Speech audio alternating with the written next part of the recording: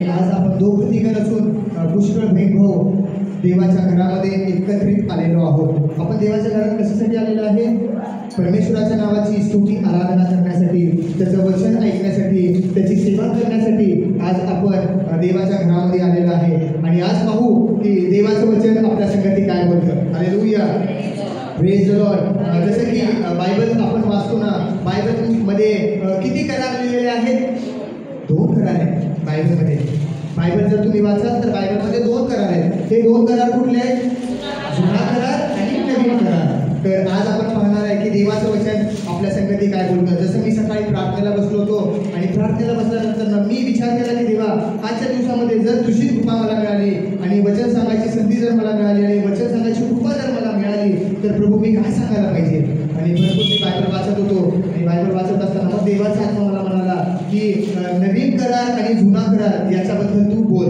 तर आज आपण पाहणार आहे की बायबलमध्ये जे 2 करार आहेत ते 2 करार बद्दल थोडं आज आपण मनन करणार आहे. आपण पहिलं पाहू की जुना करार. जुना करार म्हणजे काय? जर तुम्ही बायबल वाचाल तर तुम्हाला पाहायला मिळेल की जे उत्पत्तीपासून मलाखीपर्यंत जे पुस्तकं लिहिलेले आहेत, किती पुस्तकं आहेत ते? 39 पुस्तकं आहेत. उत्पत्तीपासून मलाखीपर्यंत 39 पुस्तकं आहेत. ते 39 पुस्तकांना काय म्हटलेलं आहे? जुना करार म्हटलेला आहे. आणि या जुना करारामध्ये भरपूर संदेश आहेत, भरपूर सेवक आहेत, भरपूर याजक पण दाखवलेले आहेत आणि या जुन्या करारामध्ये लिहिलेले आहे. तर तुम्हाला माहित आहे का हा जुना करार कोण दिलेला आहे? हा जुना करार जो आहे ना, हा जुना करार परमेश्वराने मोशेच्या द्वारे दिलेला आहे. मोशेच्या द्वारे जुना करार दिलेला आहे. कुठे दिला जुना करार? सिनाई पर्वतावरती. ज्या वेळेस मोशे 40 दिवस आणि 40 रात्र सिनाई पर्वतावरती गेला आणि सिनाई पर्वतावरती गेल्यानंतर मग परमेश्वराने मोशेला आज्ञा केली आणि बोलवलं त्याच्याकडे. सिनाई पर्वतावरती बोलवल्यानंतर मग परमेश्वराने त्याला काय केलं? करार दिला. कुठला करार दिला? जुना करार. त्याला बायबलमध्ये जुना करार म्हटलेला आहे. ॲक्च्युअल हा जुना करार घ्यायची मनुष्याला गरज नव्हती, परंतु जे इस्रायली लोक होते, मिस्र लोकांच्या गुलामगिरीमधनं निघाल्यानंतर त्यांनी 2 गोष्टी परमेश्वराला मागितले. कुठल्या 2 गोष्टी मागितल्या माहिती आहे का? नंबर 1, त्यांनी राजा मागितले. काय केले? ॲक्च्युअल ज्या वेळेस मिसर देशामधनं ते लोक निघाले ना, मिसर देशामधनं निघाल्यानंतर कोणी पण राजा नव्हता त्यांच्यावरती. त्यांचा राजा कोण होता? परमेश्वर त्यांचा राजा होता. इस्रायलाचा देव परमेश्वर हा इस्रायली लोकांचा राजा होता. परंतु आजूबाजूच्या लोकांना त्यांनी बघितलं आणि आजूबाजूच्या लोकांना बघून, जे आजूबाजूच्या लोकांवरती जे राजा आहेत ना, तसं बघून त्यांनी पण काय केले? मग मोशेजवळ कुरकुर करायला लागले आणि काय म्हणले मोशेला? जसं अम्मोनी, हित्ती, परिज्जी, मोवाबी, यशुबी, कनानी लोकांकडे जसे राजा आहेत ना, तसं आम्हाला पण काय पाहिजे? राजा पाहिजे. ही गोष्ट परमेश्वराला खूप वाईट वाटली आणि त्याचा सेवक शमूएल होता ना, त्याला पण खूप वाईट वाटली. आणि मग परमेश्वराने म्हटलं ठीक आहे, त्यांनी तुझा आवेर केला नाही, त्यांनी कुणाचा आवेर केला? माझा आवेर केला. मी त्यांचा राजा असायला पाहिजे. परमेश्वर इस्रायलाचा देव इस्रायली लोकांचा राजा असायला पाहिजे असं त्यांना वाटलं नाही. म्हणून त्यांनी काय करताय? या जगात चालत असताना बघितले आणि जसं ते कनानी, हित्ती, परिज्जी, यशुबी, मोवाबी लोकांना ज्यांच्यावरती जे राजा आहेत तसं राजा ते मागत आहे. आणि मग परमेश्वराने काय केलं? या जुन्या करारामध्ये काय केलं? शाऊल राजा निर्माण केला. पहिला राजा कोण झाला? शाऊल झाला. आणि मग पुढं वाचत गेलं आणि नंतर दुसरी गोष्ट त्यांनी काय केलं माहिती आहे का? राजा मागितले इस्रायल लोकांनी आणि नंतर काय म्हटले की तू आम्हाला काय कर? आता करार दे. काय कर? तू आम्हाला करार दे. तो करार दे म्हणजे ते करार पाळून आम्ही काय करू? आमचं जीवन जगू. आता या 2 गोष्टी घ्यायची इस्रायली लोकांना काय पण गरज नव्हती. नंबर 1 राजा आणि नंबर 2 करार. आणि मग इस्रायल लोकांनी करार घेतले आणि मग परमेश्वराने म्हटलं ठीक आहे, तुम्हाला करार पाहिजे का? तुम्हाला कृपेच्या आधी राहायची गरज नाही का? जोपर्यंत परमेश्वर त्यांचा राजा होता, परमेश्वर त्याची कृपा त्यांना देत होता आणि परमेश्वराच्या कृपेमध्ये ते इस्रायल लोक चालत होते. परंतु त्यांनी काय म्हटलं? आम्हाला राजा पाहिजे आणि आम्हाला तू करार दे. तू करार देणार, तो करार पाळून आम्ही काय करू? आमचं जीवन जगू आणि आशीर्वादित होऊ. मग परमेश्वराने सर्व गोष्ट ऐकला आणि मोशेला बोलवला सिनाई पर्वतावरती. आणि सिनाई पर्वतावरती बोलवल्यानंतर मोशेला 2 पाट्याच्याद्वारे परमेश्वराने काय केला? करार दिला. कुठला करार आला? जुना करार आला. ऍक्च्युअल जुना करार कोण मागितला? इस्रायली लोकांनी मागितला. आता इस्रायल लोकांनी जुना करार मागितला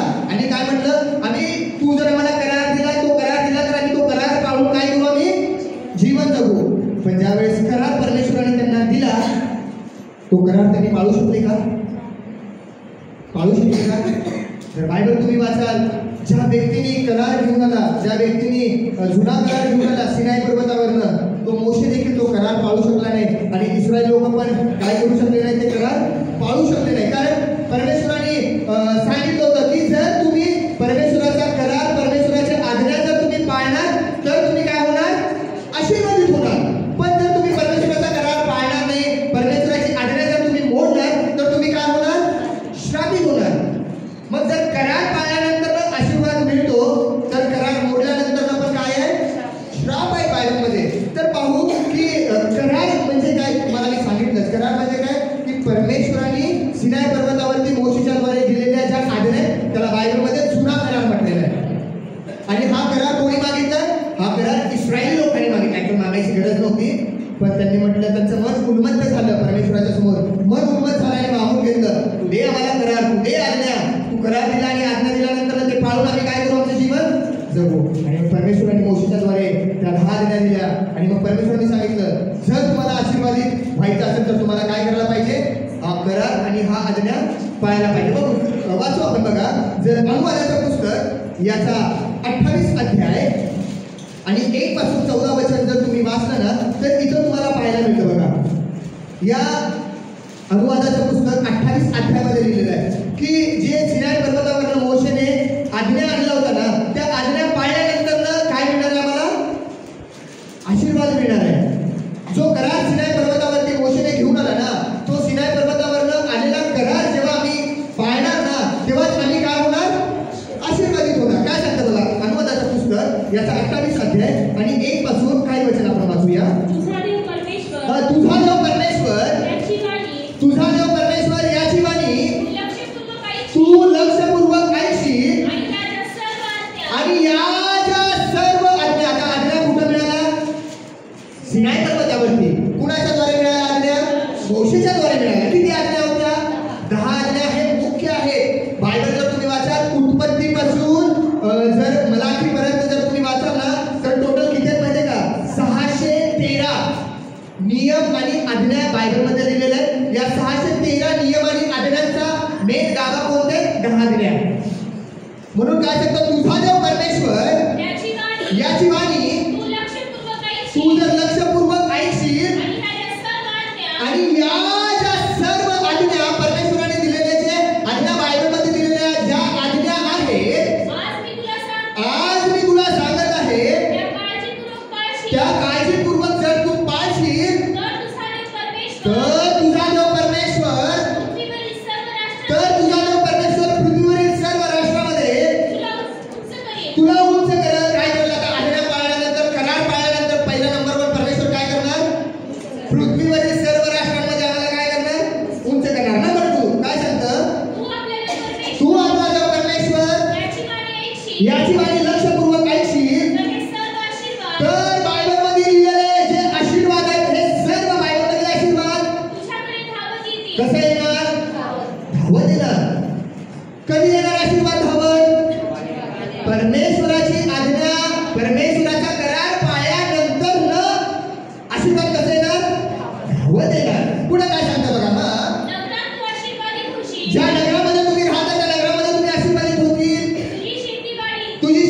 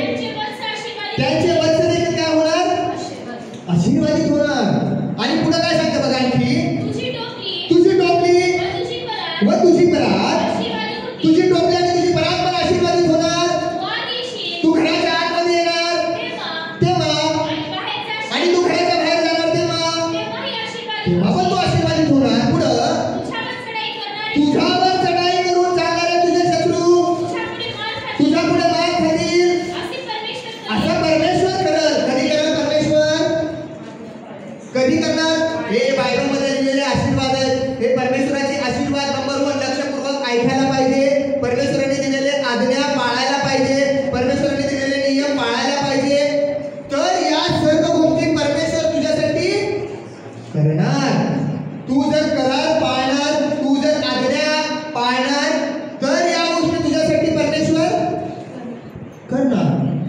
आणि तू जर त्या आज्ञा पाळल्या नाही, त्या कराराप्रमाणे जर तू चालला नाही तर काय होणार? काय होणार? श्रापित होणार। असं मी सांगितलं बायबलमध्ये लिहिलेलं आहे। ऍक्च्युअली जर तुम्ही बायबल वाचाल ना तर बायबल मनुष्याला एकदम स्पष्टपणे त्याचा आरसा दाखवतो जीवनाचा। आता काय सांगितलेलं आहे? खरं तर इस्रायली लोकांना आज्ञा आणि राजा घ्यायची गरज नव्हती। त्या लोकांनी राजा आणि आज्ञा करार घेतले आणि म्हटले की आम्ही ह्या दोन्ही पण घेऊन आम्ही पाळून जीवन जगू। पण बायबल तुम्ही वाचाल तर या दोन्ही गोष्टी पण त्यांनी पाळू शकले नाही। आज्ञा ते पाळू शकले नाही, करार त्यांनी पाळू शकले नाही। म्हणून परमेश्वराने काय सांगितलं? काय सांगितलं माहितीये का?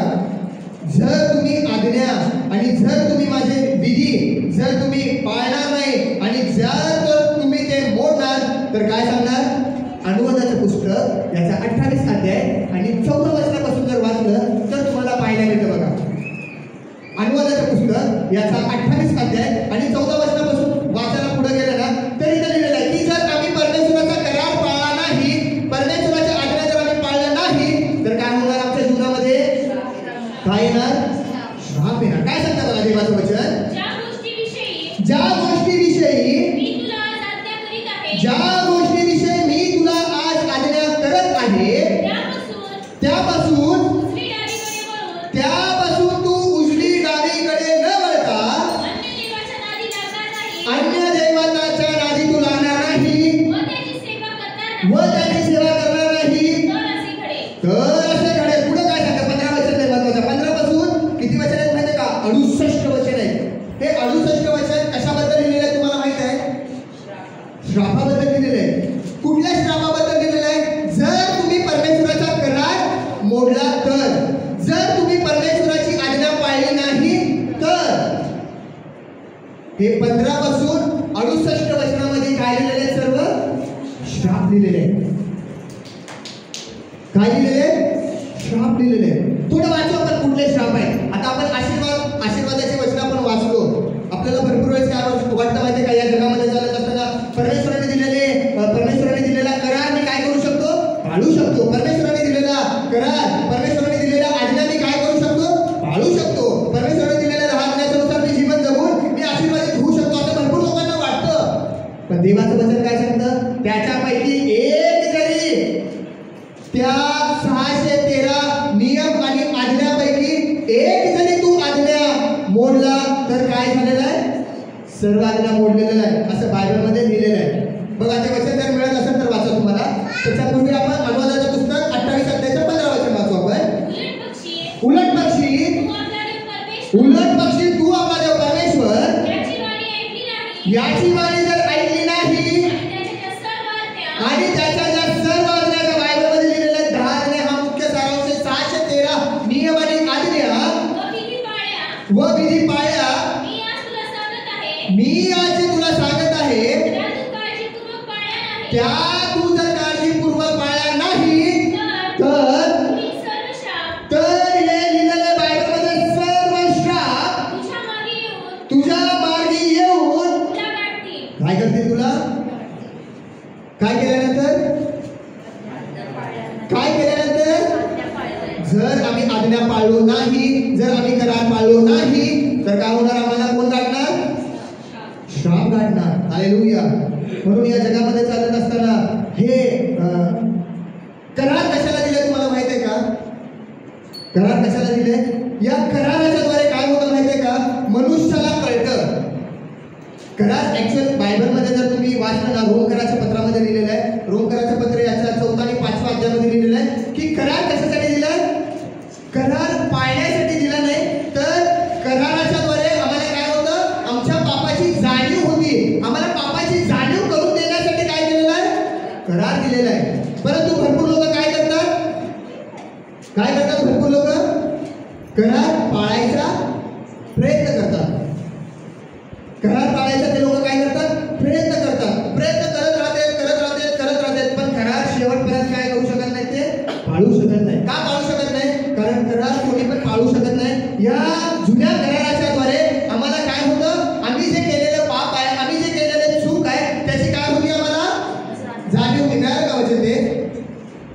काय होतं की कराराच्या द्वारे, नियमाच्या द्वारे, आज्ञाच्या द्वारे काय होतं, आम्हाला पापाची काय होती, जाणीव होती. म्हणून परमेश्वराने तो करार दिलाय ना, की परमेश्वराने करार कशासाठी दिलाय, मनुष्याला पाळण्यासाठी करार दिला नाही. जुना करार परमेश्वराने मनुष्याला पाळण्यासाठी दिला नाही, तर जुना करार परमेश्वराने मनुष्याला कशासाठी दिलाय, त्या कराराच्या द्वारे आम्हाला आमच्या पापाची जाणीव व्हायला पाहिजे, म्हणून परमेश्वराने तो करार दिला. मग जर हा करार आम्ही पाळला नाही तर बायबल काय सांगतं, जे बायबलमध्ये लिहिलेले श्राप आहेत, जे बायबलमध्ये लिहिलेले आजार आहेत, जे बायबलमध्ये लिहिलेले जे परमेश्वराने दिलेले श्राप आहेत, ते श्राप काय होणार, आम्हाला गाठणार. करार पाळला नाही तर. पण जर करार पाळला, आज्ञा पाळलो, तर काय होणार मग, आम्हाला आशीर्वादी, आमचं जीवन आशीर्वादित होणार. जे बायबलमध्ये लिहिलेले आशीर्वाद ते आम्हाला आशीर्वाद काय होणार, प्राप्त होणार. मग आम्ही करार पाळू शकतो का, पाळू शकतो का, आम्ही करार कधीच पाळू शकत नाही. बघा, सिनाई पर्वतावरनं मोशे करार घेऊन आला, 10 आज्ञा घेऊन आला, 10 आज्ञा त्यांनी स्वतः आणला. जो मोशे 10 आज्ञा घेऊन आला ना, तो मोशे देखील 10 आज्ञा काय करू शकला नाही, पाळू शकला नाही. ज्या इस्रायल लोकांनी करार मागून घेतला, ते इस्रायल लोक परमेश्वराचा करार आणि परमेश्वराचे विधी आणि नियम काय करू शकले नाही, पाळू शकले नाही. म्हणून काय झालं, राणामध्ये त्यांचा नाश झाला. हा जुना करार परमेश्वराने दिलेला नाही, तर जुना करार इस्रायली लोकांनी मागून घेतलेला आहे. आणि या कराराच्या द्वारे मनुष्याच्या पापाची फक्त जाणीवच होती. आपल्याकडे वेळ नाही या, जर बायबल तुम्ही घरी गेल्यानंतर वाचा, अनुवादाचं पुस्तक याचा 28 अध्याय आणि 15 वचनापासून जर तुम्ही पुढे वाचाल तर तुम्हाला पाहायला मिळेल किती श्राप तिथं लिहिलेले आहे. जर तुम्ही करार मोडला आणि परमेश्वराची आज्ञा आणि नियम जर तुम्ही मोडले तर किती श्राप बायबलमध्ये लिहिलेले आहेत. एक 2-3 वचन वाचून आपण पुढे जाऊ. बघा, अनुवादाचं पुस्तक याचा 28 अध्याय आणि 16 वचनापासून वाचू आपण. नगरामध्ये तू श्रापित होशील, शेतीवाडीमध्ये तू श्रापित होशील, तुझी टोपली तुझी परात श्रापित होईल, तुझ्या पोटचं फळ, तुझ्या भूमीचं उखळ, तुझी गुरेढोरे व त्याची शेते मेंढरे, त्यांचे वत्स पण काय होणार, श्रापित होणार. तू आत येशील तेव्हा श्रापित होशील, बाहेर जाशील तेव्हा श्रापित होशील. तू परमेश्वराचा त्याग करून ज्या ज्या कामामध्ये तू हात घालशील त्यामध्ये परमेश्वर तुला शाप देईल. बस, आता हे भरपूर वचन आहेत, 68 वचन लिहिलेले आहेत. हे वचन कशाचे, श्रापाचे आहेत. हे कुठले श्राप आहेत, जर आम्ही परमेश्वराची आज्ञा मोडलो, परमेश्वराचा करार पाळलो नाही तर हे आम्हाला काय होणार, श्राप येणार. पण जर बायबल तुम्ही वाचाल तर हा जुना करार कोणी पण काय करू शकले नाही, पाळू शकले नाही. फक्त या जुन्या कराराच्या द्वारे काय झालेलं आहे, मनुष्याला पापाची जाणीव करून देण्यासाठी हा जुना करार दिलेला आहे. मग आम्हाला काय कळतं जुन्या कराराच्या द्वारे, की मी जर खोटं बोललेलं आहे तर त्या जुन्या कराराच्या द्वारे मला काय कळतं की खोटं बोलायला नाही पाहिजे. चोरी मी जर केलेली आहे तर त्या जुन्या कराराच्या द्वारे, त्या कराराच्या द्वारे मला समजतं, काय समजतं की मी चोरी करायला नाही पाहिजे. म्हणजे जुन्या कराराच्या द्वारे मनुष्याच्या पापाची काय होती, आठवण होती, पापाची जाणीव होती की मी हे पाप करत आहे, ना की जुना करार आम्ही पाळायला पाहिजे. पण एक करार असा आहे जो करार परमेश्वराने काय केलेला आहे, मनुष्यासाठी केलेला आहे. जुना करार कोण घेतलं, इस्रायली लोकांनी मागून घेतला. पण नवीन करार कोण घेतला माहितीये का, ऍक्च्युअली नवीन करार कोणी पण मागितलं नाही. जसं जुना करार इस्रायल लोकांनी मागून घेतलं ना, बायबल जर तुम्ही वाचाल, तुमच्याकडे देवाचा आत्मा असेल तर तुम्हाला देवाचा आत्मा मार्गदर्शन करेल. नवीन करार हा मनुष्याने मागून घ्यायला पाहिजे होतं. काय करायला पाहिजे होतं, नवीन करार. का, कारण जुना करार ते लोक काय करत होते, मोडत होते. म्हणून त्यांनी काय करायला पाहिजे होतं, हा मी जुना करार पाळू शकत नाही, आता तू काय कर, देवा आम्हाला असा करार दे की जो करार आम्ही काय करू शकतो, पाळू शकतो, असं इस्रायल लोक म्हणायला पाहिजे होते. पण ऍक्च्युअली इस्रायल लोकांनी तसं म्हटलं नाही. परमेश्वराने बघितलं की या कराराच्या द्वारे हे लोक आशीर्वादित होऊ शकत नाही. या कराराच्या द्वारे, या नियम आणि आज्ञाच्या द्वारे हे लोक कधीच आशीर्वादित होऊ शकत नाही आणि हे लोक कधीच स्वर्गाच्या राज्यामध्ये येऊ शकत नाहीत. म्हणून परमेश्वराने काय केलं माहितीये का, स्वतः परमेश्वराने काय केला? मनुष्यासाठी नवीन करार केला. ऍक्च्युअली नवीन करार मनुष्याने इस्रायल लोकांनी मागून घ्यायला पाहिजे होतं, पण त्या इस्रायल लोकांनी मागून घेतला नाही. मग परमेश्वराने बघितलं ते जुना करार हे लोक काय पाळू शकत नाही, म्हणून परमेश्वराने काय केला? नवीन करार केला. काय केला? नवीन करार केला. जर तुम्ही बायबल वाचाल बघा, इब्री लोकांचं पत्र याचा 8वा अध्याय आणि 13 वचन जर तुम्ही वाचाल तर तुम्हाला पाहायला मिळेल की नवीन करार कशासाठी दिला, का दिला नवीन करार. परमेश्वराला नवीन करार द्यायच्या पाठीमागं काय उद्देश होतं, परमेश्वराला नवीन करार करायच्या पाठीमागं काय त्याचं मन होतं. जर तुम्ही इब्री लोकांचं पत्र याचा 8वा अध्याय आणि 13 वचन वाचाल तर तुम्हाला इथं पाहायला मिळतं बघा, नवीन करार कशासाठी दिला आणि का ते द्यायची परमेश्वराच्या पाठीमागे त्याचं मन होतं. वाचा इब्री लोकांचं पत्र 8वा अध्याय 13 वचन. त्याने हा आता इथं काय सांगत आहे? त्याने म्हणजे कोण? परमेश्वर. त्याने नवा असा म्हटलेले, हा त्याने नवा असा म्हटल्यावर पहिल्या कराराला त्याने पहिल्या कराराला जुने असे ठरवले आणि ते जुने आणि ते जुने काय होत आहे? जीर्ण होत आहे. ते नाहीसे होण्याच्या बेतात आलेले आहे. Hallelujah, praise the Lord. समजते का तुम्हाला हे वचन? समजतंय? ज्या वेळेस जुना करार आला ना, हे जुना करार आल्यानंतर ना परमेश्वराने बघितलं हे जुना करार हे लोक पाळू शकत नाहीत, हे जुना कराराच्या द्वारे हे लोक आशीर्वादित होऊ शकत नाही, म्हणून परमेश्वराने काय केला? नवीन कराराची काय केला? त्यांनी स्थापना केला. कशासाठी स्थापना केला? कारण तो जुना करार काय होत चाललेला आहे? जीर्ण होत आहे. जुना करार जीर्ण होत आहे आणि जुना करार जीर्ण होत आहे म्हणून परमेश्वर काय करत आहे? नवीन कराराची काय करत आहे? स्थापना करत आहे. आता नवीन करार कशासाठी दिला? कशासाठी दिला? जुनं जीर्ण होत आहे, जुनं बंद करायला पाहिजे, जुना करार संपवायला पाहिजे, म्हणून त्यांनी काय केलं? नवीन कराराची काय केलं? त्यांनी स्थापना केला. आता जुना करार कुठे दिला होता? जसं सिनाई पर्वतावरती मोशेच्या द्वारे 10 आज्ञाच्या द्वारे दगडी पाट्यावरती परमेश्वराने जुना करार सिनाई पर्वतावरती दिला होता. पण ज्यावेळेस परमेश्वर मनुष्य संतांना नवीन करार करतो ना, हा नवीन करार परमेश्वर कुठे करतो माहिती आहे का? कुठे करतो? मनुष्य संती कुठे करतो? वाचा बघा, इर्मियाचं पुस्तक याचा 31 अध्याय, इर्मियाचं पुस्तक याचा 31 अध्याय आणि 31 वचनापासून जर आपण वाचलं तर इथं पाहायला मिळतं बघा. इर्मियाचं पुस्तक याचा 31 अध्याय आणि 31 वचनापासून वाचू. परमेश्वर म्हणतो आता बघा, जुना करार इस्रायल लोकांनी मागून घेतला, ते लोक नियम आज्ञा मागून घेतले, पण ते लोक पाळू शकले नाही, त्याच्याद्वारे ते लोक आशीर्वादित होऊ शकले नाही. ऍक्च्युअली नवीन करार परमेश्वराकडे त्यांनी मागायला पाहिजे होतं, पण मागितलं नाही, म्हणून परमेश्वराचं मन झालं, परमेश्वराची इच्छा झाली, म्हणून परमेश्वर काय म्हणतो? इर्मियाचं पुस्तक 31 अध्याय 31 वचन. परमेश्वर म्हणतो, पहा कोण म्हणत आहे? परमेश्वर म्हणत आहे. ऍक्च्युअली कोण म्हणायला पाहिजे?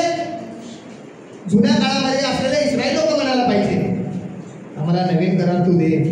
आता ते जुना करार आम्ही पाळू शकत नाही, परमेश्वरा दे नवीन करार, काय तर असा करार दे जो आम्ही पाळू शकतो.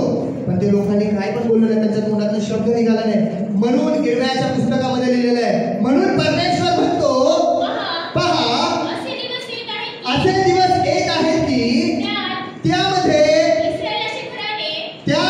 इस्रायलाचे घराणे, त्यामध्ये इस्रायलाचे घराणे आणि यहुदा वंशाचे घराणे यांच्या बरोबर मी काय करणार आता? हालेलुया. परमेश्वर काय म्हणत आहे? आता काय गरज पडली परमेश्वराला नवीन करार करायची? इथं पाहायला मिळतं आम्हाला. परमेश्वर काय म्हणत आहे की मी इस्रायली लोकांसाठी, मी इस्रायलाच्या वंशजासाठी, मी यहुदाच्या वंशजासाठी काय करणार? नवा करार करणार. का गरज होती परमेश्वराला नवा करार करायची? ऑलरेडी जुना करार होता ना, जुना करार होता, तरी पण परमेश्वर काय म्हणतो? मी काय करणार? नवा करार करणार. का गरज पडली? कारण परमेश्वराला माहित होतं की तो जुना करार या लोकांनी मागून घेतलेला, पण हे लोक पाळू शकत नाही. त्या लोकांनी जुना करार मागून घेतला, पण त्या कराराच्या द्वारे ते लोक आशीर्वादित होऊ शकत नाही, म्हणून परमेश्वराने काय केलं? बघितलं बघितलं आणि परमेश्वराने काय केलं की मी आता काय करणार, यांच्यासाठी काय करणार, नवा करार करणार, मी त्यांच्यासाठी नवी भाषा मांडणार आणि तो करार मी असा करणार ना की तो कुठल्या कराराप्रमाणे नसणार, कुठल्या कराराप्रमाणे, जुन्या कराराप्रमाणे तो करार नसणार. जुन्या करारामध्ये किती नियम आले आहेत, 613 नियम आले आहेत आणि या 613 नियमाचा मुख्य सारांश, मुख्य गाभा कोणत्या, 10 आज्ञा. हे 613 नियम आणि या 10 मुख्य सारांश आहे. हे जुन्या करारामध्ये जर तुम्ही बघाल तर जुन्या करारामध्ये कुणाला काम करायला पाहिजे, आशीर्वादित होण्यासाठी मनुष्याला काम करायला पाहिजे. जेव्हा मनुष्य तो करार पाळणार तेव्हाच आशीर्वादित होणार. जेव्हा मनुष्य तो करार पाळणार, तो करार ते आज्ञा तरी पाळणार, म्हणजे मनुष्याने काम केल्यानंतर जुन्या करारामध्ये मनुष्य आशीर्वादित होणार. पण नवीन करारामध्ये परमेश्वर काय म्हणत आहे, मी काय करणार आता, नवीन करार करणार. कुणासाठी करणार, इस्रायली लोकांसाठी करणार, यहुदाच्या वंशासाठी करणार, इस्रायली वंशासाठी मी नवीन करार करणार. वाचा काय सांगता पुढे वचन, परमेश्वर म्हणतो मी त्यांच्या पूर्वजांचा हात धरून त्यांना मिस्र देशामधून बाहेर आणले. तेव्हाच्या कराराप्रमाणे म्हणजे तेव्हाच्या जुन्या कराराप्रमाणे. Hallelujah, hallelujah. परमेश्वर काय म्हणते, मी त्यांच्या पूर्वजांचा हात धरून त्यांना मिस्र देशामधून बाहेर काढलो आणि त्यांना जो करार त्यांनी मागितला तो करार दिलो. त्या कराराप्रमाणे हा करार नसणार. म्हणजे जुन्या कराराप्रमाणे नवीन करार नसणार. इंटरेस्टिंग आहे ना, काय आहे, इंटरेस्टिंग आहे. तुम्हाला वाचताना देवाचं वचन वाचताना असं वाटतं का नाही मला माहिती नाही, पण मी ज्या वेळेस पण कधी मला वचन वाचत असताना असं देवाचं वचनाचं थोडं प्रकटीकरण मिळते ना, मी लई आनंदित होतो. जुन्या करारामध्ये मनुष्याने काम केल्यानंतर ना मनुष्य आशीर्वादित होत आहे. जुन्या करारामध्ये परमेश्वराने दिलेल्या जुन्या करारामध्ये आज्ञा नियम पाळल्यानंतर ना मनुष्य आशीर्वादित होत आहे. आणि नवीन करारामध्ये परमेश्वर काय म्हणत आहे, मी करतो. काय सांगत आहे, काय सांगत आहे, मी इस्रायलाच्या घराण्यासाठी, मी यहुदाच्या घराण्यासाठी, मी इस्रायली वंशासाठी काय करणार, नवा करार करणार. आता काय सांगतं परमेश्वर म्हणतो, असे दिवस येत आहेत की त्यात इस्रायलाचे घराणे, त्यात इस्रायलाचे घराणे व यहुदा वंशाचे घराणे यांच्या बरोबर मी नवा करार करीन. आता किती वेळेस परमेश्वर म्हणत आहे बघा, जुन्या करारामध्ये मनुष्य काम केल्यानंतर आशीर्वादित होत आहे, पण या नवीन करारामध्ये कोण काम करत आहे, काय म्हणत आहे, मी नवा करार करीन. आता काय सांगतो वाचा, हा पुढं परमेश्वर म्हणतो मी त्यांच्या पूर्वजांचा हात धरून मी नवा करार करीन. मी त्यांच्या पूर्वजांचा हात धरून त्यांना मिस्र देशामधून बाहेर आणले. तेव्हाच्या कराराप्रमाणे हा करार व्हावयाचा नाही. आता परमेश्वर काय म्हणत आहे, मी त्यांच्याबरोबर विवाह केला तरी तो माझा करार त्यांनी मोडला. तर परमेश्वर म्हणतो त्या दिवसानंतर, म्हणजे कुठल्या दिवसानंतर, जुना करार जेव्हा जीर्ण होत चालला होता ना, तेव्हा परमेश्वराने प्रभू येशू ख्रिस्ताच्या रक्ताच्या द्वारे काय करायला लागला, नवा करार करायला लागला. हालेलुया. कुणाच्या द्वारे नवा करार आहे, कुणाच्या द्वारे, प्रभू येशूच्या द्वारे नवा करार. हालेलुया. जर याचं प्रकटीकरण तुम्ही बघणार तर जुन्या नवीन करारामध्ये लिहिलेलं आहे. ज्यावेळेस प्रभू येशू ख्रिस्त शेवटला भोजन घेतो ना, शेवटला भोजन घेतल्यानंतर काय म्हणतो, हा प्याला माझ्या रक्तामध्ये केलेला नवा करार आहे. नवीन करार कशामध्ये केला परमेश्वराने, येशूच्या रक्तामध्ये आपल्यासाठी नवीन करार केलेला. हालेलुया. साधी गोष्ट नाही आहे ही, साधी गोष्ट आहे का, प्रभू येशूच्या रक्तामध्ये नवीन करार केलेला आहे. म्हणून परमेश्वर काय म्हणतो, मी त्यांच्या पूर्वजांचा हात धरला आणि त्यांना मिस्र देशातून बाहेर काढलं. तेव्हाच्या कराराप्रमाणे हा करार नव्हता. मी त्यांच्यासाठी विवाह केला तरी तो त्यांनी काय केला, मोडला. पुढे काय सांगतं, तर परमेश्वर म्हणतो त्या दिवसानंतर, म्हणजे कधी, आज हे वचन तुम्ही ऐकत आहे, जुना करार तुम्ही आतापर्यंत ऐकलेला आहे. आता देवाला म्हणायला पाहिजे, देवा जसं तू बायबलमध्ये इर्मियाचं पुस्तक 31 वर्षापासून म्हटलं, काय म्हटलं, मी तुमच्यासाठी नवीन करार करणार. मी तुमच्यासाठी नवी भाषा बांधणार. आणि आजच्या दिवसामध्ये म्हणायला पाहिजे, काय म्हणायला पाहिजे, देवा आता तू काय कर माझ्यासाठी, आता नवीन करार करून दे. कारण परमेश्वर तयार आहे, परमेश्वराचं मन आतुर आहे. फक्त परमेश्वर इस्रायलाच्या लोकांसाठी, फक्त परमेश्वर यहूदा वंशाच्या लोकांसाठीच नवा करार करणार का? तो आपल्यासाठी करणार नाही का? जर आपण असं म्हणलो तर मग कदाचित परमेश्वर काय होईल, पक्षपात करेल ना. परमेश्वर तर म्हणतात मी कधी पक्षपात करत नाही, बरोबर आहे ना. देवाचं वचन असं सांगतं ना, काय सांगतं देवाचं वचन, की परमेश्वर कधी पक्षपात करत नाही. मग जर फक्त परमेश्वर इस्रायली लोकांसाठी नवीन करार केला, यहूदा वंशाच्या लोकांसाठी जर कधी फक्त नवीन करार केला आणि आपल्यासाठी केला नाही, तर मग काय होणार, मग परमेश्वर काय करणार, पक्षपात करणार. असंच होतं ना सिद्ध. पण परमेश्वर काय म्हणतो, मी पक्षपात करणारा देव नाही. परमेश्वर आपला पक्षपात करतो का नाही. जर परमेश्वराने इस्रायल लोकांसाठी करार केला, जर परमेश्वराने यहूदा वंशासाठी करार केला, तोच परमेश्वर आमच्यासाठी पण काय करणार, नवीन करार करणार. त्याचं मन आतुर आहे.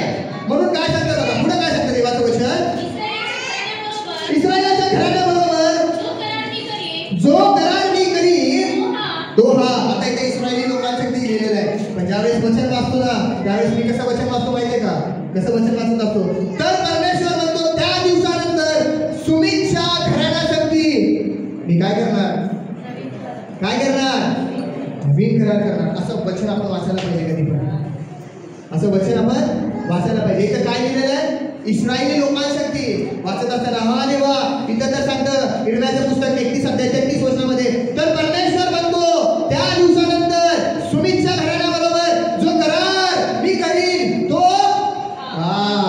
काय सांगतं, कुठला करार करेल, वाचा पुढं, मी आपले धर्मशास्त्र. बायबल तुम्ही वाचाल तर बायबलमध्ये धर्मशास्त्र आणि नियमशास्त्र वेगळे आहे. 613 आणि 10 हे नियमशास्त्र म्हटले बायबलमध्ये. धर्मशास्त्र देवाच्या तोंडातून निघालेले शब्द, देवाचं मन, देवाचं वचन, ज्याला बायबलमध्ये धर्मशास्त्र म्हटलंय, ना की नियमशास्त्र म्हटलंय. नियमशास्त्र कशाला म्हटले, जे 613 नियम आणि विधी आज्ञा लिहिलेले आहेत लेवीचं पुस्तक आणि गणनाच्या पुस्तकामध्ये, त्याच्यामध्ये नियमशास्त्र आहे. पण परमेश्वर नवीन करारामध्ये काय करत आमच्यासाठी, नियमशास्त्र बनत नाही. काय त्याला माहित आहे, नियमशास्त्र स्थापन केलं की परत ते लोक काय करणार, मोडणार. म्हणून परमेश्वर काय म्हणते, मी माझं धर्मशास्त्र, मी माझे धर्मशास्त्र त्यांच्या हृदयामध्ये ठेवीन.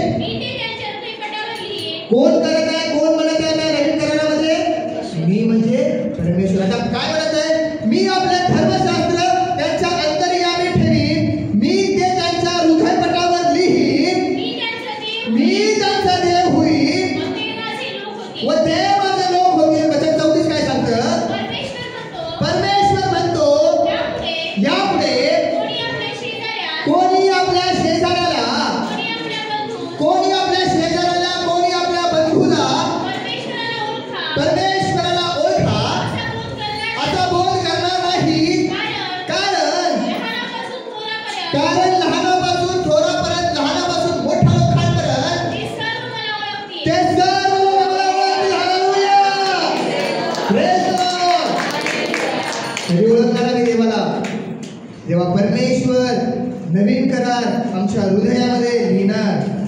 या जगामध्ये चालत असताना भरपूर लोक ओळखते, काय करते, भरपूर लोक प्रभू येशू ख्रिस्ताला ओळखते खरं, पण काय करत नाही, काय करत नाही, विश्वास ठेवत नाही.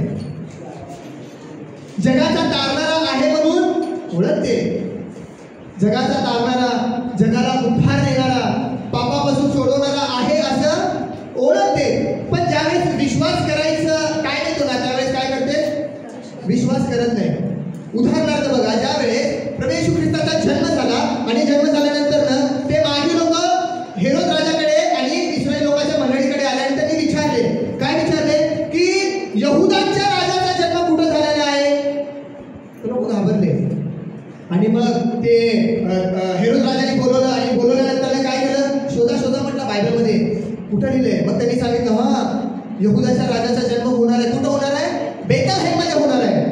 आणि त्यावेळेस हेरोद आणि त्याच्याबरोबर जे शास्त्री पुरुष होते त्यांनी काय म्हटले, त्या मागे लोकांना बोलून तुम्ही जावा, शोध करा आणि शोध झाल्यानंतर मला सांगा, आम्ही पण येऊन काय करू, दर्शन घेऊ.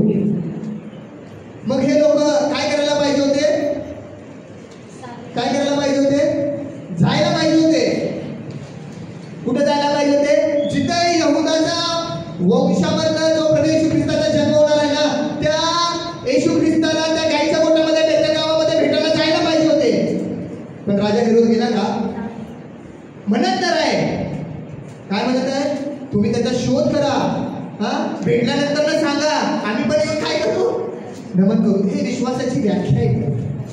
भरपूर लोक प्रभू येशू ख्रिस्ताला ओळखते पण काय करत नाही, विश्वास करत नाही. जर त्यांनी विश्वास केला असता तर राजा हेरोद पण काय केला असता, काय केला असता, गेला असता ना नमन करायला. पण गेला का तो, नाही गेला. कारण देवाचं वचन काय सांगतं, विश्वास आपल्याला कशातनं दाखवायचा आहे, कृतीमधनं दाखवायचा आहे. कृतीमधनं दाखवायला पाहिजे आम्ही विश्वास. जेव्हा मी कृतीमधनं विश्वास दाखवतो ना, तो विश्वास काय करतो, देव आमचा बघत असतो. म्हणून देवाचं वचन काय सांगतं की जो करार मी आता इस्रायली लोकांसाठी करणार तो करार कसा असणार, जुन्या कराराप्रमाणे नाही. का जुन्या कराराप्रमाणे नाही, कारण जुना करार कोणी पण पाळू शकत नाही. म्हणून देवाने काय केला, नवीन करार केला. आणि नवीन करारामध्ये कोण काम करत आहे, जर तुम्ही बघाल तर जुन्या करारामध्ये कोण काम करत होतं, याजक, संदेशे, हे लोक काय करायचे, निवास मंडपामध्ये काम करायचं. जुन्या करारामध्ये नियम आणि आज्ञा पूर्ण करण्यासाठी याजक आणि मनुष्य काम करायचा. पण नवीन करारामध्ये कोण काम करत आहे, काय म्हणत आहे, मी त्यांच्या हृदयावर येईल, मी त्यांचा देव होईल, मी त्यांचे पापे, मी त्यांचा स्वैराचार, मी त्यांचा अधर्माचे काम यापुढे काय करणार नाही, कोण नाही. कोण म्हणत आहे, परमेश्वर. आणि परमेश्वराने बघितलं म्हणून परमेश्वराला काय म्हटलं माहितीये का, की जुना करार कोणच पाळू शकत नाही. म्हणून त्यांनी कुठल्या कराराची स्थापना केला, नव्या कराराची. का नव्या कराराची स्थापना केला, लास्ट वचन वाचू आपण इब्री लोकांचं पत्र याचा 8वा अध्याय आणि 13 वचन वाचून आपण बंद करू. का नव्या कराराची स्थापना केला, पुन्हा एकदा तुम्हाला या वचनाचं प्रगटीकरण सांगतो. बघा, मी ज्यावेळेस हे वचन मी वाचत होतो ना, त्यावेळेस मी पण थोडं विचार करतो. वचन माझ्या समोर आलं ना, की का देवाने नवीन करार दिला, काय गरज काय होती, गरज नव्हती ना. ऍक्च्युअली एक करार आहे, एक करार आहे. एक करार असताना का परमेश्वर नवीन करार देत आहे, थोडं मी पण विचार केलो. आणि विचार केल्यानंतर मी प्रार्थना करत होतो. आणि प्रार्थना करत असताना मग देवाच्या आत्म्याने मला हे वचन दिलं. आणि काय सांगतं बघा, हे वचन वाचून आपण एंड करू. त्याने म्हणजे कोण, परमेश्वराने, त्याने म्हणजे परमेश्वराने नवा असे म्हटल्यावर पहिल्या कराराला काय केलं, त्यांनी जुनं ठरवलं. का जुनं ठरवलं, कारण तो कोणी पाळू शकत नव्हता. म्हणून काय सांगतं, नवीन स्थापन होणार होतं म्हणून त्यांनी काय केलं, जुनं असं ठरवलं आहे. आणि ते जुने आणि ते जुनं काय होत आहे, जीर्ण होत आहे. म्हणजे काय झालेलं, जीर्ण होत आहे म्हणजे काय होत आहे, जीर्ण कधी होतं, जेव्हा ते संपत जातं. काय होतं, जेव्हा ते संपत जातं. मग हे संपत कधी जाणार, जेव्हा नवीन करार स्थापन होणार. हे नवीन करार आम्ही आमच्या हृदयामध्ये स्थापन करणं गरजेचं आहे. म्हणून परमेश्वराने इर्मिया संदेशाद्वारे सांगितलं की जुना करार आता तुम्ही काय करा, तुमच्या मनामधनं काढून टाका आणि कुठल्या कराराची तुम्ही स्थापना करा, आता नवीन कराराची. कारण इस्रायली लोकांच्या मनामध्ये कुठला करार आहे, जुना करार स्थापन झालेला ऑलरेडी. त्यांच्या मनामध्ये काय आहे की आम्ही जुना करार पाळूनच आशीर्वादित होणार, आम्ही जुना करार पाळून आम्ही बहुविधित होणार, आम्ही जुना करार पाळून सर्व काही मिळवणार. परमेश्वराने बघितलं म्हणून परमेश्वराने म्हटलं की ते जुना आता जीर्ण होत आहे आणि त्याच्याद्वारे काय लाभ होत नाही. म्हणून परमेश्वराने काय केलेलं आहे, नवीन कराराची स्थापना केली. आणि या नवीन कराराची स्थापना कुठे केली, आपल्या हृदयावरती. लास्ट वचन वाचू, इर्मियाचं पुस्तक ज्याचा 31 अध्याय आणि 27-28 वचन वाचू आपण आणि मग एंड करू. परमेश्वर म्हणतो पहा असे दिवस येत आहेत की त्यात इस्रायलाचे घराण्यात व यहुदाच्या घराण्यामध्ये मनुष्य बीज व पशुबीज पेरी. आणि असे होईल की उपटण्याच्या व मोडून टाकण्याच्या सवयी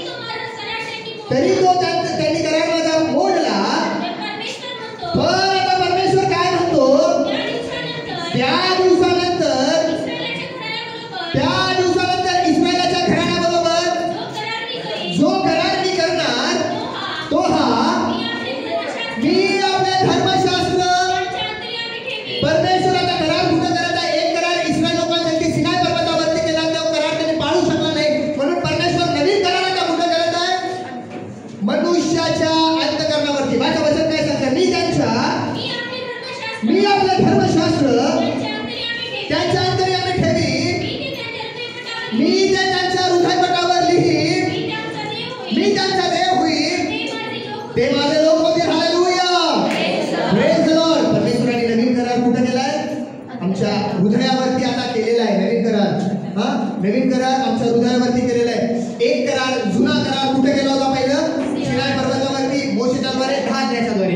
तो करार पाळू शकतो नाही, पण आता परमेश्वराने आमच्या हृदयावरती तो करार लिहून ठेवलेला आहे. आणि या करारावरती आम्ही काय करायचे? विश्वास करायचा आहे. जर या नवीन करारावरती आम्ही विश्वास ठेवणार ना, तेव्हा आमचं जीवन काय होणार? आशीर्वादित होणार. तेव्हा आमचं जीवन बहुगुणित होणार. या वचनाच्या द्वारे देव तुम्हाला आणि मला आशीर्वादित करो.